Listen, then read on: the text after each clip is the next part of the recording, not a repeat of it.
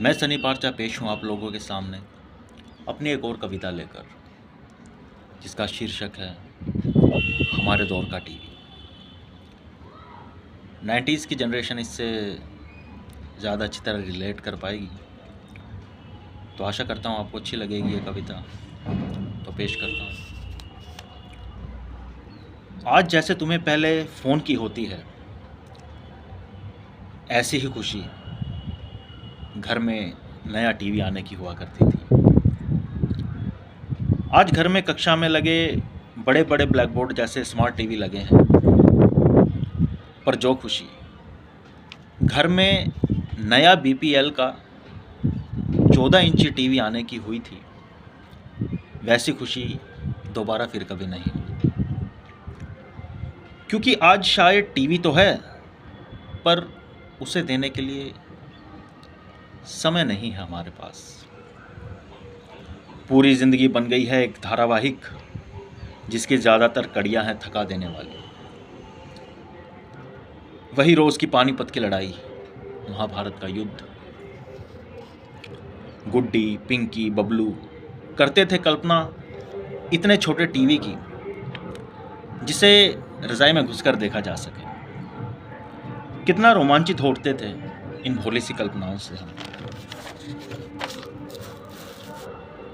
अब कोई धारावाहिक देखने की इच्छा ही नहीं करती, क्योंकि जीवन बन गया है स्वयं एक मंच। अक्ल तेज रखनी पड़ती है व्योमकेश बख्शी की तरह। हर कदम पर है एक मोड़, बेताल की एक नई कहानी।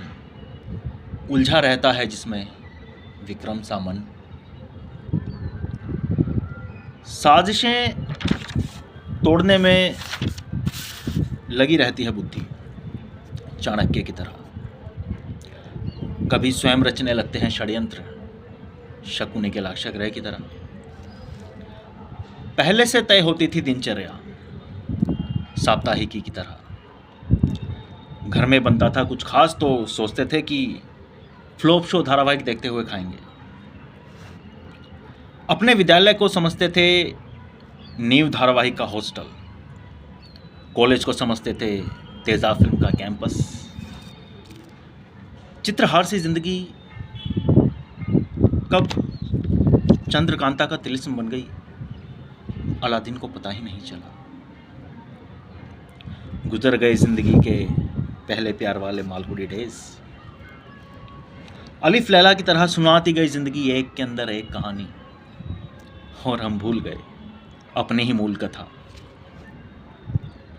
राजा जैसी अकड़ ने कोई रैंचो जैसा वफादार दोस्त भी नहीं बनने दिया। कुछ महीनों तो इतनी उबाऊ चलती है जिंदगी, जैसे जब आ जाते थे दूरदर्शन पर लंबे लंबे अंग्रेजी कार्यक्रम। अनिल कपूर की मिस्टर इंडिया देखते थे तो खो जाते थे उस अदृश्य कर देने वाले यंत्र के बारे में सोचते हुए।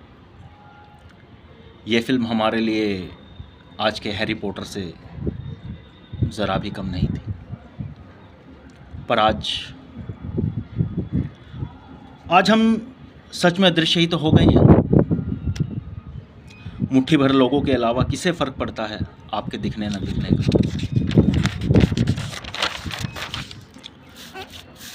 हमारे दौर का टीवी हम कहीं भी चलाकर देख सकते थे।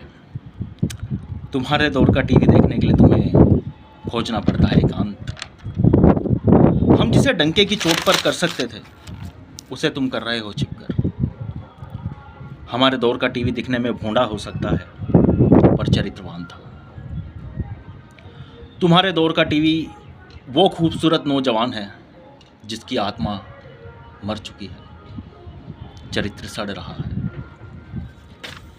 एक हम थे कि बचपन में सोचते थे कि ये टेलीविज़न पर आने वाले लोग गाली कभी सुने भी नहीं होंगे, और आज तुम हो। बिना गाली का कोई कार्यक्रम तुम्हें अच्छा ही नहीं लगता। टीवी के क्रमिक विकास में जो पिस गया, वो थी हमारी नैतिकता।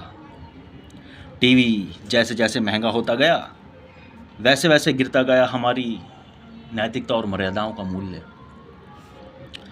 कक्षा 8 तक हम कितना जान चुके थे अपने धर्म को, जितना आज का बच्चा कॉलेज पहुंचकर भी नहीं जान पाता। फ़र्क साफ है। हमारे दौर का टीवी एक सभ्य और मर्यादित दिखने वाला रंग रूप का साधारण व्यक्ति था जिसकी एक दिनचर्या थी। तुम्हारे दौर का टीवी सड़क किनारे खड़ा सीटी बजाता आवारा खूबसूरत लफंगा है।